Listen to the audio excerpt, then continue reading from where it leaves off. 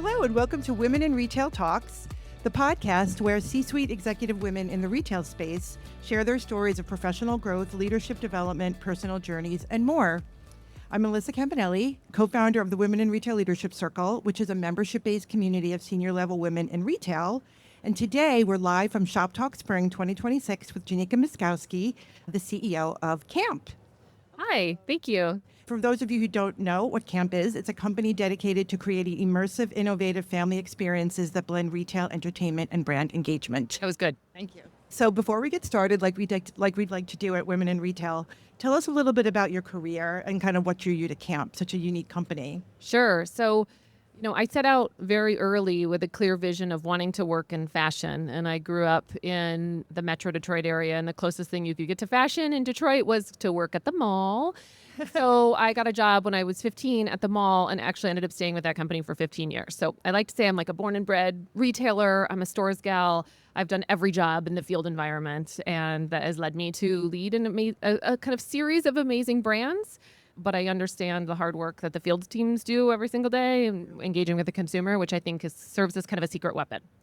Yeah, I think you mentioned Barnes & Noble and Kate Spade were some of the companies. Yeah, so I worked for Kate Spade for 7 years. I led retail across the U.S. As well as some of our international territories and really got the chance there to learn how to kind of build environments that immersed you in a brand. I mean, Kate Spade still is and was such a meaningful kind of colorful, bright, vibrant, inspiring, kind of empowering brand for women. And so I had the chance to lead the retail expansion there. Then I went to PaperSource, which I used to always say, people would say, what do you want to do when you grow up? And I'd say, I want to be the chief operating officer at PaperSource. And so I manifested that and landed there and spent 5 years there as the COO and then the CEO. And really had the chance to learn a lot about a different business, but ultimately create spaces that you could discover new things every time you visited. And really the brand promise of doing something creative every day was something that I personally felt so connected to. So both of those experiences really set me up for now building kind of full-scale immersive experiences with kind of heart, emotion, and core memory at the center. Yeah, definitely. And how do you feel like those roles shaped you as a leader and shaped you in your current leadership role? Yeah. I think I had to, specifically at Kate Spade, we were growing a ton. So I started there, we had 60 stores and we were consolidating and we opened 100 over my time there. And so I had to learn to get really comfortable being, owning what I didn't know and still throwing myself into it anyways, And so I always say that the CEO who I had the chance of working for, I'll forever be indebted to him because he put me in so many situations that I probably didn't deserve to be in, but I figured out and so learned so much. So I think just the confidence to bet on yourself, when you have fear or kind of uncertainty about a situation, imposter syndrome, to like push past that. And nobody has all the answers. No one has all the answers. I don't have all the answers still. And so I think just like the confidence to lead through that. And then also authenticity. I think it's a leadership power of mine is that I can be vulnerable and authentic and I am who I am and you get nothing else from me. And anybody that has worked with me will tell you that.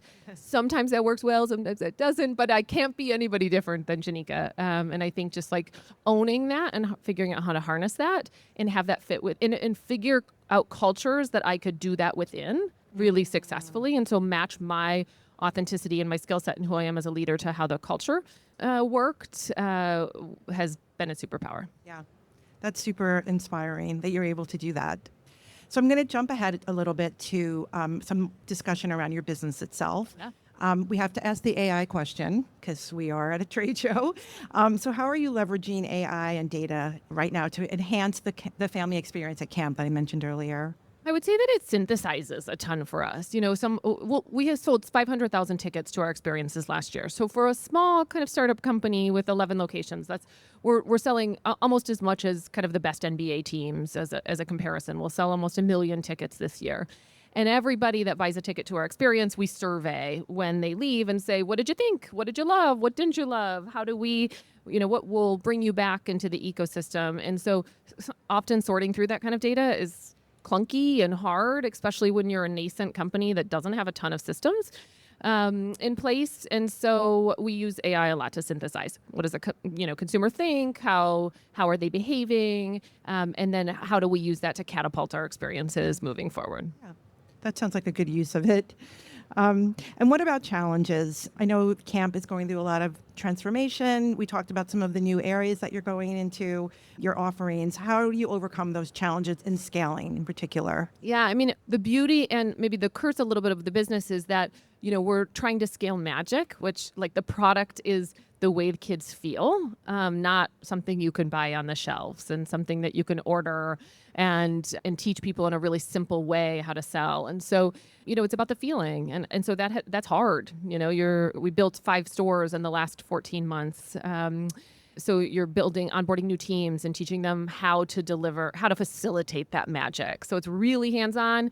It is very high touch in terms of the consumer experience. It takes a lot of boots on the ground. It takes a lot of communication. And so we're working on, building things in the background so we can have all the SOPs and things like that make, a retailer feel comfortable, but that we lead with heart and we lead with empathy and we help all of the people that we're onboarding and that are engaging with kids really figure out how to meet kids where they're at and spend a lot of time on that and my role and really proud of what we create there. Yeah.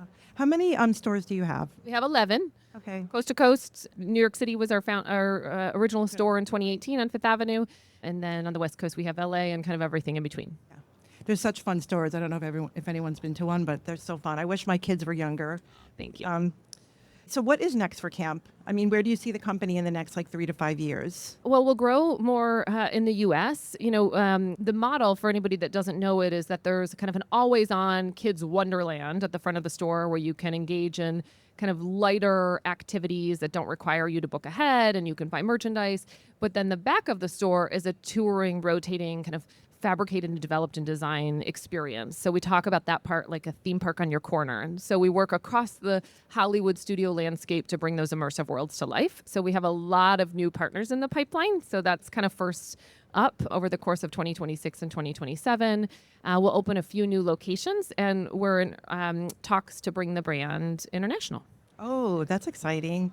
Okay, so there's a lot of women in our audience here that might be, looking to grow in their careers. So what would be one piece of advice you would give to women in retail or consumer experiences who want to grow in their career? What would it be? I think it would go back to what I said earlier. Don't be scared of what you don't know. Like no one has all the answers. And if you're curious and you're a good listener, you can do anything. So true. And then finally, how do you personally stay inspired and creative as a leader? I mean, are there any books or, programs or I love podcasts. I do read books, but I often read fictional books. I travel a lot.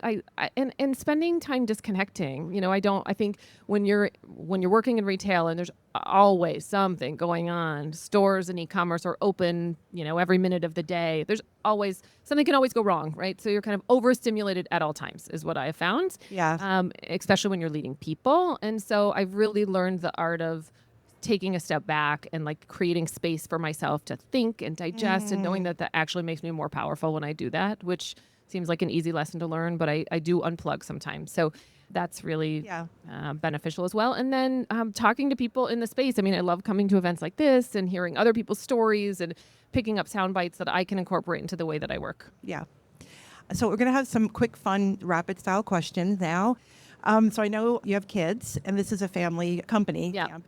So what is one family activity you love doing that you never get tired of? And this is actually a family event today because my sister is in the front row here too. Oh. We both work in retail, which is a funny story about us. So what's one family event that I love to do? Go to the beach. That is a great place. Where do you go to the beach in Chicago? So we have a little cabin in Sawyer, Michigan, which is just right around the bend through Indiana. And it's the only place that I can really, really unplug. Right. So if you weren't leading camp, what would be your dream job? I'm obsessed with coffee. So anybody that knows me would tell you that I'm deeply passionate about the ritual of coffee and how you experience it in other countries and all of the different ways that it's made. So I think I would do something In that world. Okay, cool. And then what's your favorite way to, we kind of talked about this, but what's your favorite way to unplug? Anything, any guilty pleasures or anything you like to do? Get lost in a book. Yeah, I agree. So just in closing, what are you looking most forward to at Shop Talk here? Are there any trends that you're tracking or any technology that you're interested in or Yeah, I mean, I think the industry is moving to a place of, in real life, meaningful moments matter more than they have over the last year, over the last 3 years, over the last 5 years. And so that being in that business and having that be such a huge part of not only what we do, but what we love and what we advocate for. I love to see how many people are pushing themselves to deliver more around experience. So I'm just excited about the energy behind what we're doing and what some other really great speakers in the lineup are doing as well.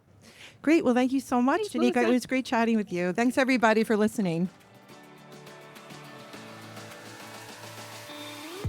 Thanks for listening. For more information on this podcast, please go to womeninretail.com/podcast for show notes. Women in Retail Talks is available on Apple Podcasts, Spotify, Amazon Music, SiriusXM's Pandora, YouTube, and YouTube Music. If you've enjoyed this episode, please take a few moments to rate, review, and subscribe. Lastly, if you're a female retail leader interested in joining our community at Women in Retail Leadership Circle, visit womeninretail.com/apply. Thanks, and until next time, this has been Women in Retail Talks.